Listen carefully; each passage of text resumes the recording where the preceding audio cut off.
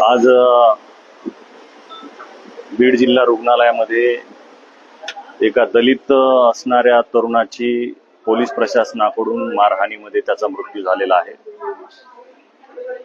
Kaij police स्टेशनमध्ये POCSO अंतर्गत गुन्हा दाखल झाला असताना केज पोलिसांनी या दलित तरुणाला घरापासून तर पोलीस स्टेशन पर्यंत मारहाण केली। त्या मारहाणीमध्ये तो अत्यंत घायल झाला। घायल झाल्याच्या नंतरही त्याच्यावर कुठलीही ट्रीटमेंट केली गेली नाही। त्याला न्यायालयाच्या मार्फत बीड जिल्हा जेलमध्ये पाठवण्यात आलं, कारागृहामध्ये पाठवण्यात आलं। बीड जिल्हा कारागृहातून त्याची परिस्थिती आणखी हालाकीची झाली असताना त्याला बीड जिल्हा रुग्णालयामध्ये या दलित तरुणाला टाकण्यात आलं। त्याचं नाव आशिष दिवार असं आहे। आज तुम्ही बघत असाल की आम्ही बीड जिल्हा रुग्णालयामध्ये त्या मुलाच्या मृत्यूच्या ठिकाणी आहोत। या बीडच्या रुग्णालयामध्ये हे जे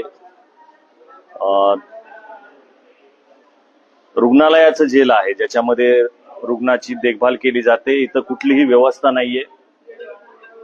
या रुग्णालयाच्या जेलमध्ये लाईट नाहीये, फॅन नाहीये, त्याच्या अभावी सीसीटीव्ही कॅमेरे बंद आहेत। जिल्हा रुग्णालयातल्या कुठल्याही डॉक्टरांनी त्याची योग्य ट्रीटमेंट केली नाही। त्याचा भाऊ इथं उपलब्ध असताना त्याला कुठलीही सूचना दिली नाही। रात्रभर तो तडपडत होता आणि तडपडल्यानंतर त्याचा आज या रुग्णालयामध्ये मृत्यू झाला। महाराष्ट्रामध्ये अशा दलित तरुणांना पोलिसांच्या माध्यमातून वारंवार मारहाण होत असते, हे आपल्याला सगळ्यांना माहित आहे। परभणीमध्ये सोमनाथ सूर्यवंशी या तरुणाची याच पद्धतीनं पोलीस लॉकअपमध्ये मारहाणीत त्याचा मृत्यू झाला। अशीच घटना आज आपण या बीडमध्ये पाहत आहोत।